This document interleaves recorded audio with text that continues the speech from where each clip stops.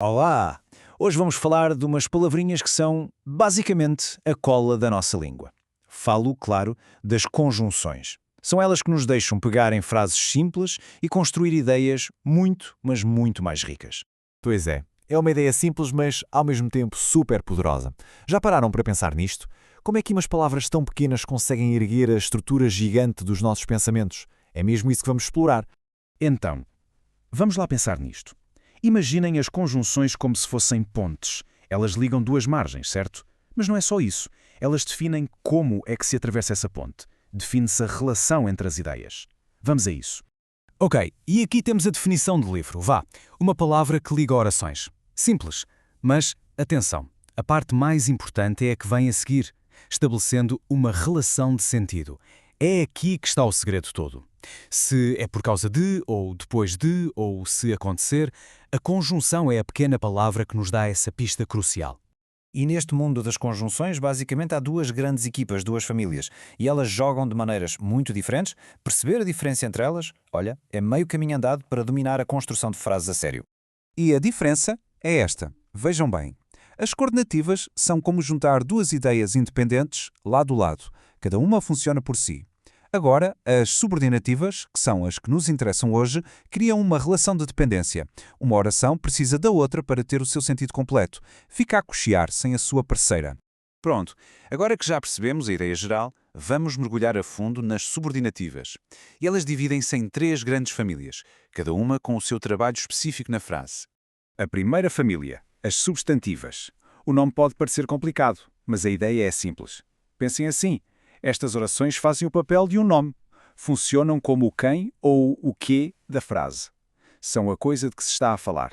Depois temos as adjetivas. E aqui o nome já diz quase tudo, não é? A função delas é exatamente a de um adjetivo. Dar uma característica, descrever ou identificar um nome que já apareceu antes. E para terminar as famílias, chegamos às adverbiais. E olhem que esta é a família maior e, se calhar, a mais interessante. São elas que dão o tempero todo à frase. Dizem-nos o quando, o porquê, o como, o para quê. Basicamente, dão-nos todo o contexto. Ok, mas já chega de teoria, certo? A gramática ganha vida é nos livros. Por isso, vamos ver isto a acontecer na prática. Fui buscar uns exemplos espetaculares a um livro do Virgílio Ferreira, A Palavra Mágica, para vermos como isto funciona mesmo sério. Olhem só para este exemplo. A frase diz pregavam-lhe. A pergunta que se faz logo a seguir é pregavam-lhe o quê? E a resposta não é uma palavra, é a oração inteira, que o Paulino ia logo. Viram? Este bloco todo funciona como uma coisa só, a completar o verbo. É por isso que se chama substantiva completiva. Faz todo o sentido. Agora, nas adjetivas há uma diferença muito importante. É a diferença entre restringir e explicar. Vejam à esquerda, o filho que andava na instrução primária. Esta parte é essencial, está a dizer de qual dos filhos estamos a falar. Agora, olhem para a direita. Nesse dia, que era domingo. Esta parte entre vírgulas é uma informação extra, um bónus. Se a tirarmos, a frase continua a funcionar perfeitamente. A vírgula aqui faz toda a diferença.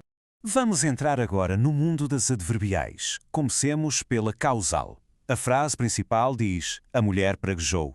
A pergunta óbvia é, mas porquê? Qual foi a causa? E a resposta está ali, na primeira parte. Como o Paulino entrar em casa com a bebedeira é uma relação de causa-consequência super clara. Neste caso, a palavra quando diz tudo, não é? A questão aqui é quando é que a palavra vinha tinta de carrascão. Exatamente, quando a palavra caiu da boca da mulher. A oração subordinada está simplesmente a marcar o tempo. Este é um clássico. A condição, o se. Isto é o pão nosso de cada dia. Se as pessoas fossem mais instruídas. Isto cria um cenário, uma condição. E o que aconteceria nesse cenário? Não teriam considerado inócuo um insulto. Uma coisa depende totalmente da outra. E aqui a pergunta é sobre o objetivo, a finalidade.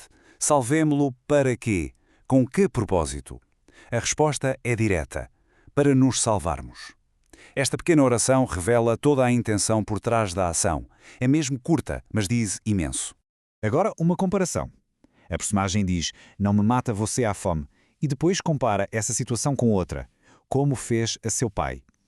O como está a fazer a ponte a comparar duas ações.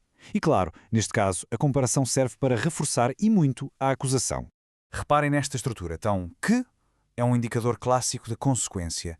A ação foi tão intensa Ele semeava tão facilmente as economias que o resultado, a consequência, foi esta, que ninguém via naquilo um sintoma de pena. Uma coisa leva diretamente à outra. E para fechar os exemplos, uma concessiva. Esta é ótima. Pensem nisto. Ele conhecia o significado da palavra. Logicamente, isso devia impedi-lo de se vingar, certo? Mas não. O filho decidiu vingar-se, embora conhecesse o significado. O embora introduz um obstáculo que, no fim, foi ignorado. É uma ideia de contraste. Bem, depois de vermos estes exemplos todos, acho que fica bastante claro, não fica? Estas palavrinhas que às vezes nem notamos têm um poder incrível. São elas que nos permitem argumentar e construir ideias com alguma complexidade. No fundo, a grande lição é esta. Sem as conjunções, falar ou escrever seria como atirar tijolos para um monte. Teríamos as peças, mas não teríamos a casa. São elas que funcionam como o cimento, que ligam os factos e criam uma estrutura com significado. Então, na prática, o que é que se ganha com isto tudo? Ganhamos, antes de mais, clareza, precisão. Ganhamos a capacidade de ligar as nossas ideias da forma certa. E o resultado? Uma expressão muito mais rica e argumentos, argumentos muito mais difíceis de deitar abaixo. Eu gosto especialmente desta imagem. Pensar nelas como a arquitetura invisível do nosso pensamento. São como as fundações de um prédio. Ninguém repara nelas, mas sem elas, a estrutura toda vinha abaixo. É exatamente isso que elas fazem pelo nosso discurso. E para terminar, deixo esta pergunta no ar.